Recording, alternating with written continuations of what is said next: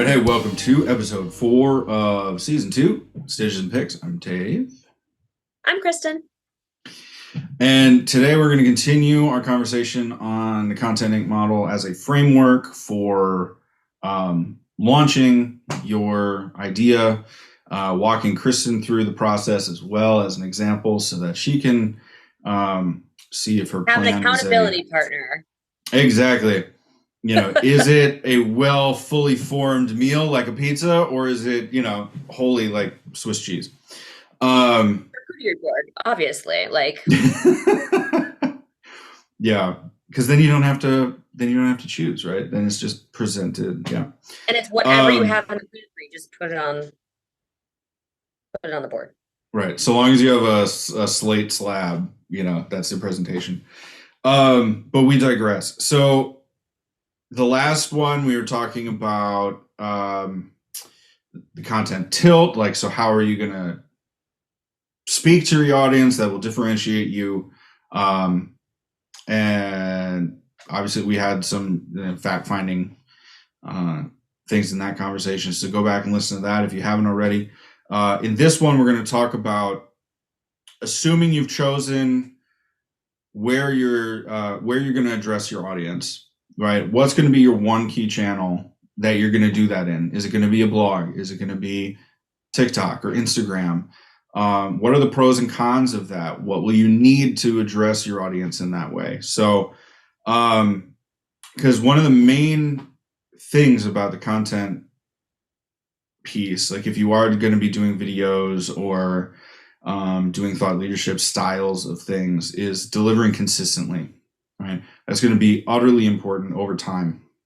Oops. Well, you haven't launched yet, so you're fine. But I'm still delivering some content.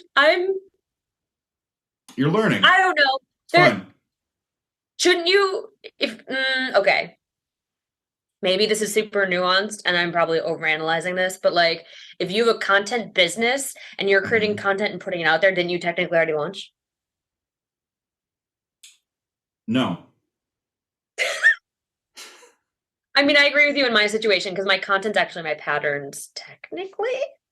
I mean, but also my marketing is my content stuff. So if you're engaging in the audience that you want to address as part of your like research, then no, you haven't launched, right? Because you don't have your unique whatevers, like your unique site or take or product launch or anything like that, right? No, I mean, I was a part of the online guitar community before I launched Beginning Guitar Online, and just because that was something I was interested in and would engage in stuff. Fair point. Now I just feel more motivated to keep, involved in it. Yeah. This does also speak to where we are at our point in history of social media in particular is what I'm thinking of. Like, because YouTube, the barrier to entry is higher. You're not making a 1-minute video. You're usually making like maybe a 3-minute video or more, and you're going into more depth and you have a higher quality production and you need more tools for that. Whereas like TikTok, which is the one that I've been playing around with, is you put your phone on a stand and you hit record and like that's it. So it's interesting to think about, like, if you've recorded and published stuff on YouTube, that could be considered the launch because that is way more time intensive. As a TikTok, your market research. Yeah, I think it depends on where is your audience? Where are you going to speak to them? Right. Yeah. So if you are dead set on being a YouTuber, then that's already answered for you. Right. If you don't know what you're going to do and you have some inklings on, okay, there seems to be an audience on Instagram, there's definitely an audience on TikTok, what do I need to do that? How do I do that? For me, I think with TikTok being in the news, around the time of this recording, government agencies are banning their employees from using TikTok. There's a lot of talking heads that are speculating TikTok being banned. Those kind of platforms, they're great to reach an audience, but you don't own, your audience. So if that, if that platform gets shut down, you are SOL. Like, you cannot recover that. So that's why I've been such a proponent of, having your own thing, having an own media strategy, having the website that you can bring people back to, or a newsletter where you can get subscribers, so that if your channel goes away or they change an algorithm on you, you still have a collection of people that you can reach out to say, hey, that sucked. I'm still here. I'm figuring out what I'm going to do. Please stay with me I think a as we lot of figure things content out. creators learned that lesson when Instagram went down. Yeah. They had to learn it the hard way. I truly subscribe to that. However, I have a website, not launched yet. And I fully intend to build it so that I have an email list. I don't like email marketing. And that's going to be my own platform. And that's like a future thing for me. Like, the website is part of launch. The email is a future thing for me, because I need to, in order for me to like consume the tasks and strategies I need to do in order to make this thing come to life, I need to have it parceled out into smaller pieces so I don't feel overwhelmed. And so for me to be like, I need to own everything and own it right now and build this up and blah, blah, blah, it's like, that's overwhelming for me. So channels right now for me, even though I don't own it, it's my rented land, is on TikTok. And it is the place that I feel most comfortable right now. Because on Instagram, I don't feel like I fit. Is my audience there? Yes. I don't fit there. Well, you had said that I might in the future. There's a lot of pressure to be really polished on Instagram. Yes. And I feel like that's true in a lot of different spaces too, right? Like, you look at like the makeup creators, or in the guitar side of things, you have a lot of people who are doing just these crazy acrobatics. And it's like, hey, good for you. You've practiced a lot, but that's still, practicing in your bedroom. Write a song. Let me see you write a song and not just use the one technique. Right. Or are you really good, at home practicing, or can you actually play live? Because that stage will scare the crap out of a lot of people, even if they're, the bedroom guitar god. Right. So, part of it's put up and shut up. The other part of it is, knowing what that channel also favors, right? Because, the algorithm's just going to go after what people are clicking on anyway. Yep. So, yeah. Yeah. And like, as we've continued to talk about this type of stuff, I'm like, Instagram's intimidating to me right now. I think it's not the place for me right now, but I could see, as I find more, and in our last episode going over, like, we talked about the tilt, my tilt being like approaching sweaters trying to bring down the intimidation level. Anybody can make a sweater. If you want to make a sweater, you can make a sweater, period. That aspect I don't see on Instagram all the time. And so, like, or rarely ever, it's maybe like one piece of content. It's not like an overarching brand strategy or whatever. So I think that as I've kind of like honed in on that more, I think there is more of a place for me on Instagram. And I think, and I've since talking about that too, I've been thinking, okay, why do I like TikTok so much as this channel? So I know you told me like which one channel, but now I'm like, maybe two. It's the video aspect. Why can't I show up on Reels in Instagram? There's no reason why I can't. Well, isn't there a button in the back of the TikTok settings to just push it? Yeah. Literally. So just do that. I don't know why I'm not. I don't know. There's definitely, it's an emotional, like, intimidation factor. Like, people who follow me on Instagram actually know me. So there's that level. I don't know. There's something there.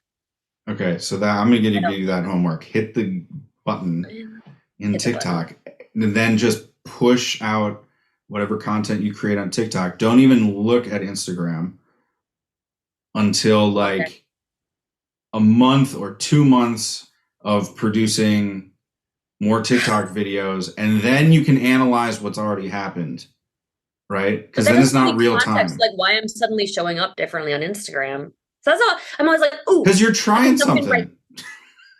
I guess it doesn't fucking matter. People don't need to know what the preference is. They can just be like, oh, that's a bobble.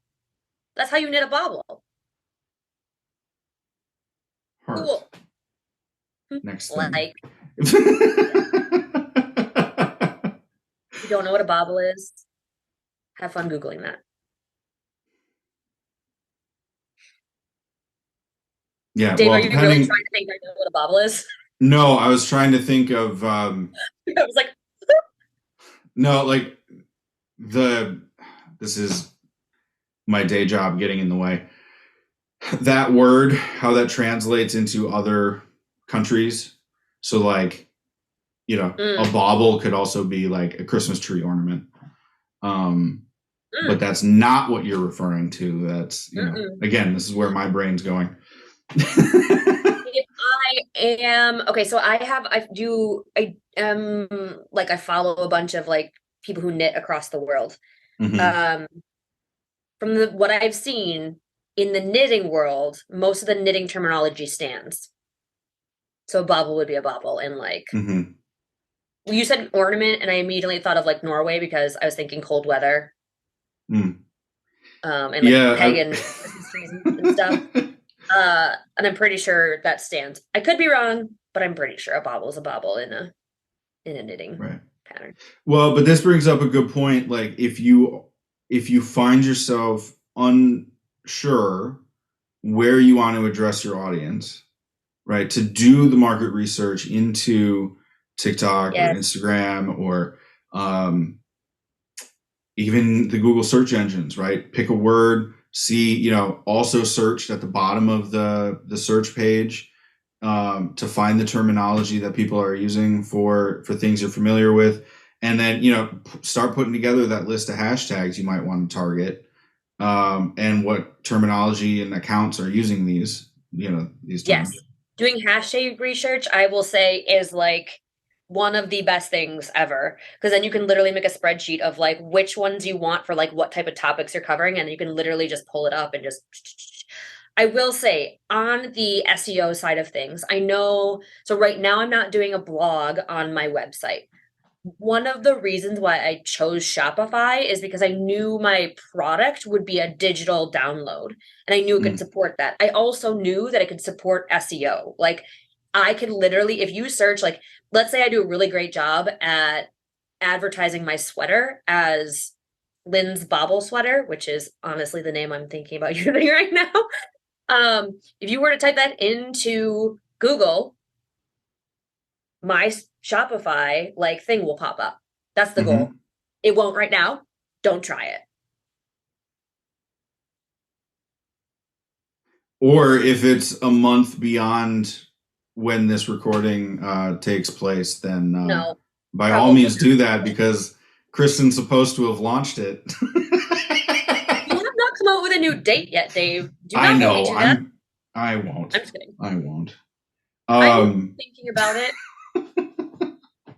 I need to actually like feel out what's realistic and sit down with a timeline because and then build in some buffer time for my toddler to be sick and for me to be sick.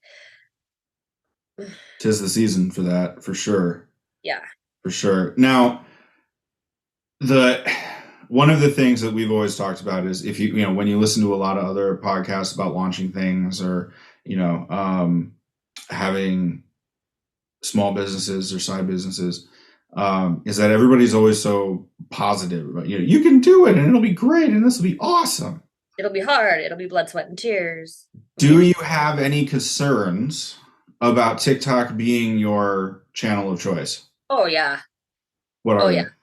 Oh yeah. Okay, so one of my dear friends, like my one of my best friends, is a I think she probably would hate this terminology, but TikTok influencer. Okay. So in like I get to bear witness to things that she's going through, and she has a very different niche, and she has a very different way of approaching it, which is awesome, and she's amazing. Um, but it's pretty funny when she's talking about me in one of the videos, and then so this is just an example of like how I kind of came across this. She was talking about me in one of the videos, and she happens to mention that I'm an atheist. And like people in the threads, like, is she a bad person? Is your friend a bad person? Why is she an atheist? Like blah blah blah blah blah. People are talking about me. Like these people don't even know me. Like it was so funny. And so I like chimed in. I was like, as the atheist here, no, I'm not a bad person. So it started to exemplify like I had like being cautious of showing pictures of my child or talking about personal things and putting stuff too much out there to let people consume and judge is definitely a piece of this. Um, if heaven forbid I actually do become successful and I have quite a bit of followers, sometimes followers come on just so they control you. Mm-hmm. There's people who are looking to just drag you down. There's always the whatever, nefarious, unhappy Yeah. people who are they're unhappy with their own situation. They're looking for a place to put it. So like, yes, those are all concerns for me. Those are probably more concerns than like if my IP is stolen, like that sucks. But at the same time, I'm at this point in my life, I take it as karma. It's like you're signing yourself up for something, man. If that's what you want to do, that's what you want to do. I wish all the best for you. I wish you would have time to think strategically on your own and come up with your own stuff. But if that's something you needed to do because you needed to do it, then like, whatever. Those are my two main things when I think of concerns around almost any channel, really. Mm-hmm. Um, That is the shocking thing for me, looking at different videos or other channels that I like, where it's like, okay, every once in a while I'll bop down into the comment section just to see, because I'll watch the video and be like, that was a really good video. I appreciate that. And, but I won't ever, vast majority of times I'm passive. I won't really oh, comment. I totally. won't really but then you see some vitriol on some of this stuff and you're like, why? You didn't pay for Yep. this. You're Yep. not supporting Yep. the show with, monetarily or anything. So like, Yep. just skip over it. Like, Yeah. why do you have to, you know, um, like there were some Facebook reviews of a podcast that I happen to like, and there were all these people that were just slamming them for a particular interview that they did. Mm. And I don't see what they were mad about, because I listened to that episode and it was fine. Hmm. At least to my ears. I could be wrong, right? But I feel like there was a lot of people that seemed like they just wanted to be offended. Yeah. Um, That can happen. and that's an Sometimes it's unfortunate rightfully so, and piece sometimes it's about not. right, and that's an unfortunate piece of mass communication for I sure. did put out a video on TikTok recently that I was a little afraid that I was going to get some interesting trolls on. I didn't, weirdly. Maybe not weirdly because I don't have that big a following. It made its rounds. It's one of my higher like viewed videos. But I wanted to bring more of my holistic. It was strategic because and it wasn't strategic. I wanted to do it. And then I was like, it wasn't strategic in the sense of like, oh, I need to put myself in this viewpoint so people, and I'm like, no, I think this is something that needs to be talked about. That's the strategic part. It's like, I think it should be talked about more. I was talking about how like in 2020, we all got really like BLM and like we had all these pillars of activism. And then like now you don't really hear about it. And I was sick, so I don't know that I totally articulated that well, but I was like, one of the things that I focused on at that time was purchasing, because purchasing power is strong. And like I went into like what I purchased and like kind of why, and I shared one brand and and a set of products because I had been irked significantly by these ads that I'd been getting for lotion bars, and the ads that I was getting, the whole like almost like value prop of it was like they were acting like they had invented them, and I was fucking Mm, pissed because I knew that lotion bars had been around for a long time, and the place that I was getting them from has been making them for, I don't know, generations, I could say. Like she's Lakota. So like I don't know how long they've been making them, but like it wasn't like a new idea. So I wanted to like go on and like rant a little bit and like show some stuff. And I was like, it was weird. It was weird. It was weird to put myself out there and be like, if I have followers that are super conservative and don't like believe in this type of stuff, like they like I could be asking for them to just like call me horrible names. And instead it was like, this is amazing. I just purchased from them. Thank you for sharing. I'd love to see more Minnesota based people, blah, blah, blah. Like Right. that was kind of the gist of it. So the scare factor is totally there when you're putting stuff out there. Right. Well, and especially when it's more of the holistic person, as you Yeah. were saying, right? I mean, if you're staying strictly business focused, then, you know, great. But I don't think you can separate the two as much as, you know, I agree. previously we could, right? I also showed a picture of my daughter when she was 6 months old, and I still think about it and go, should I have done that? Before I launched, I went through and deleted a lot of photos. I don't really have any photos on Facebook of my daughter, and that's very intentional. Right. And then I have a couple on my Instagram, my personal Instagram, and a couple on my Cassie Knits Instagram because she was modeling some stuff. But that's all from when she was under the age of 1. Right. But I mean, that's a personal choice that you have to Yeah. go through. You have to come up with it, and you know that the answer to that question will be different for everybody. Totally. For sure. Totally. And no judgment Yeah. on either end of the spectrum. Right.